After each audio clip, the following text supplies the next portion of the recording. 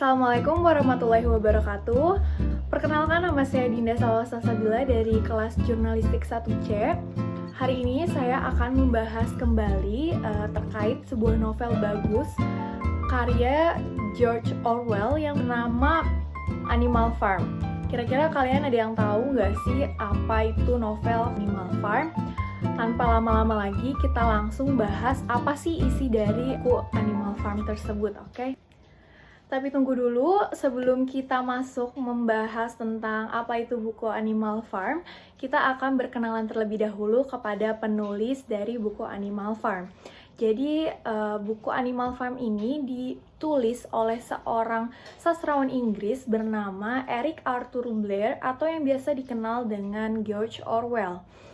Ia merupakan sastrawan Inggris yang terkenal dengan sejumlah karyanya, yang salah satunya yaitu Homage to Catalonia, Animal Farm, dan ada salah satu buku lainnya yang tidak kalah terkenal yaitu 1984.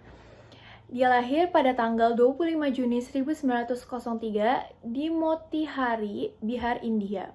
Ia menuangkan segala keresahan-keresahan yang selama ini ia rasakan ke dalam karya-karya prosanya yang mengakibatkan dia menjadi seorang penulis yang terkenal.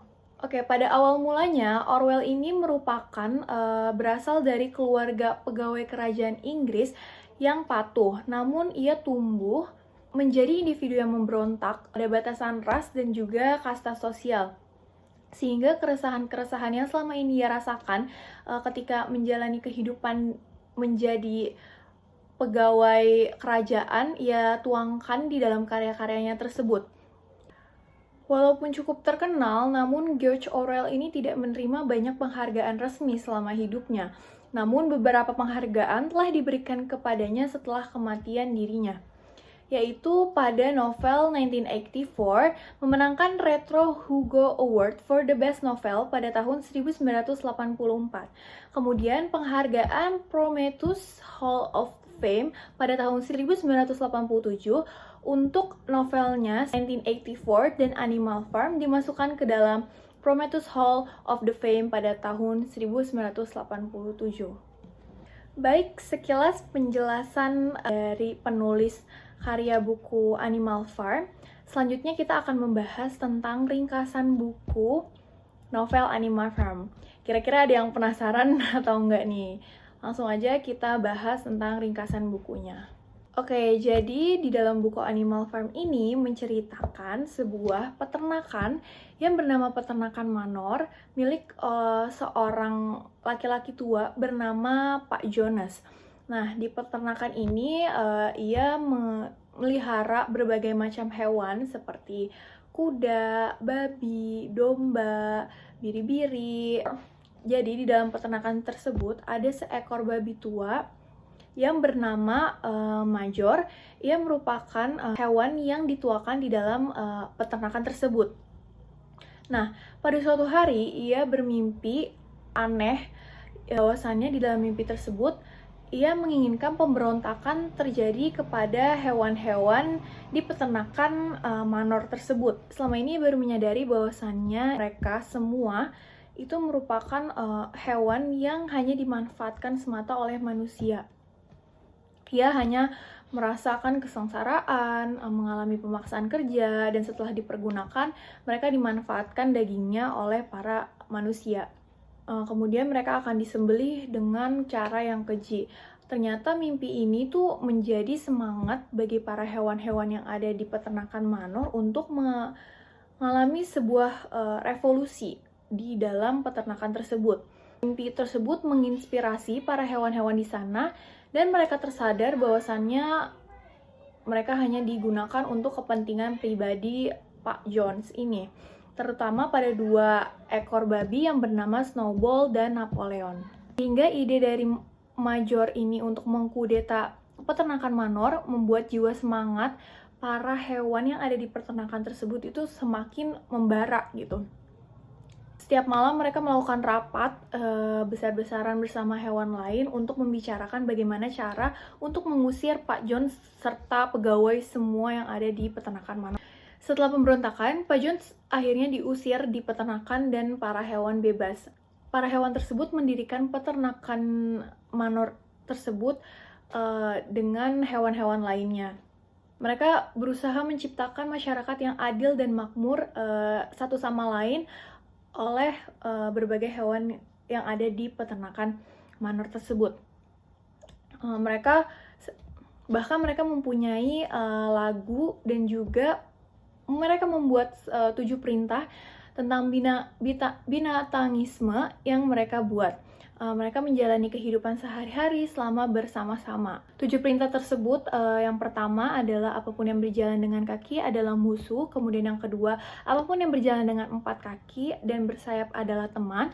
Yang ketiga, tak seorang binatang pun boleh mengenakan pakaian. Tak seekor binatang pun boleh tidur di ranjang. Tak seekor binatang pun boleh minum alkohol.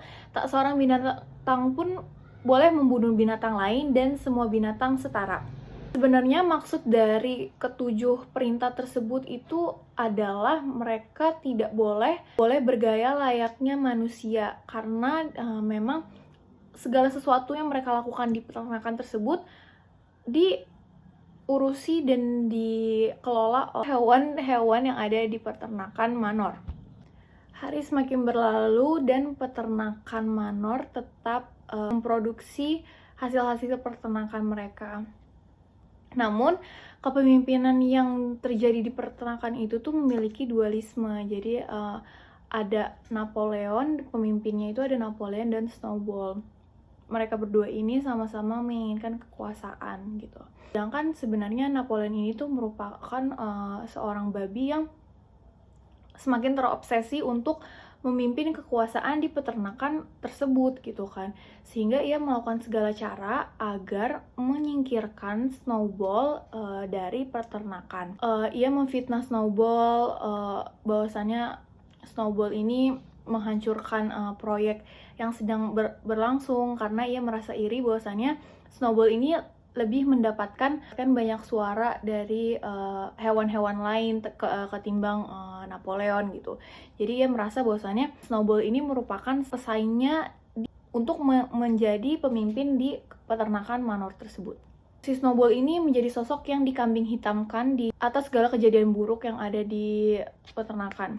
Setelah Snowball tersingkir, akhirnya Napoleon itu berkuasa di peternakan. Ia tak segan-segan untuk membunuh bagi siapa saja yang mencoba untuk memberontak kepada Napoleon dengan menggunakan anjing-anjing peliharaannya. Mereka harus nurut sama Napoleon.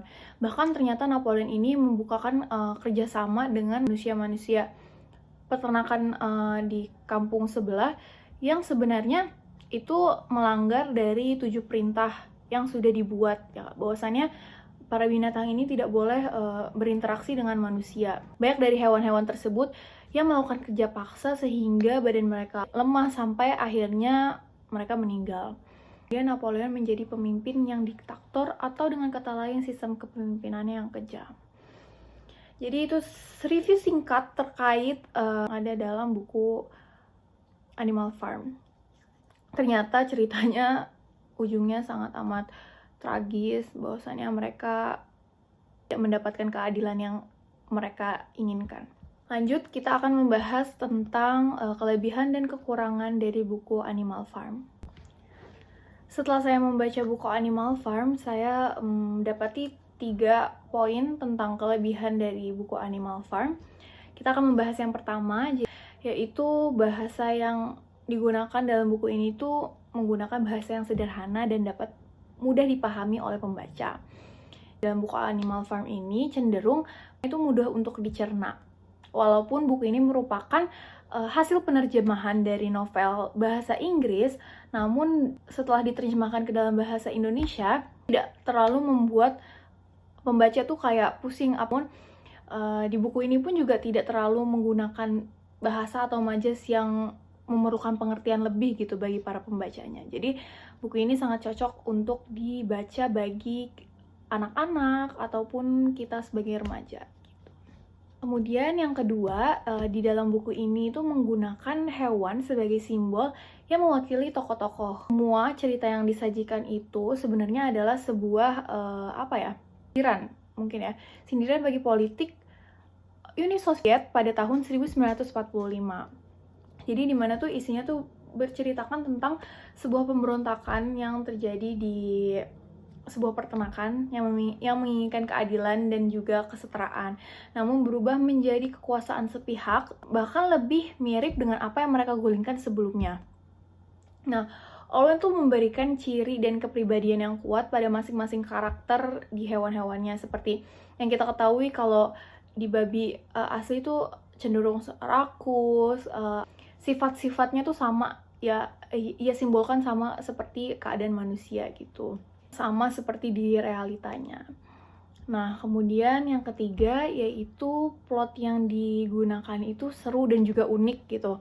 Buku ini tuh beda dan juga spesial, mungkin karena menceritakan tentang hewan ya. Jarang nggak sih kayak kita baca sebuah novel tapi itu sebenarnya nggak juga menceritakan pure tentang hewan, tapi dibalik itu ada pesan yang ingin disampaikan si penulisnya gitu. Dibuat ikut dalam suasana bagaimana nih para peternakan ini menginginkan sebuah keadilan. Kita juga merasakan ketegangan yang dirasakan para hewan-hewan tersebut ketika mereka harus menjalankan kerja paksa yang terus dilakukan oleh Napoleon gitu. Satu plot bahwasannya ketika Snowball itu diusir oleh Napoleon, kayak ceritanya tuh nggak ngebosenin sama sekali. Nah, untuk kelemahan bukunya, aku mendapati 2 poin. Yang pertama yaitu di dalam buku ini tuh tidak ditemukan daftar isi dalam buku Animal Farm, yang membuat kayak kita tuh jadi kurang mudah untuk mengetahui di mana nih part-part yang bedanya. Jadi kayak memudahkan kita pembaca untuk mengetahui aja sih.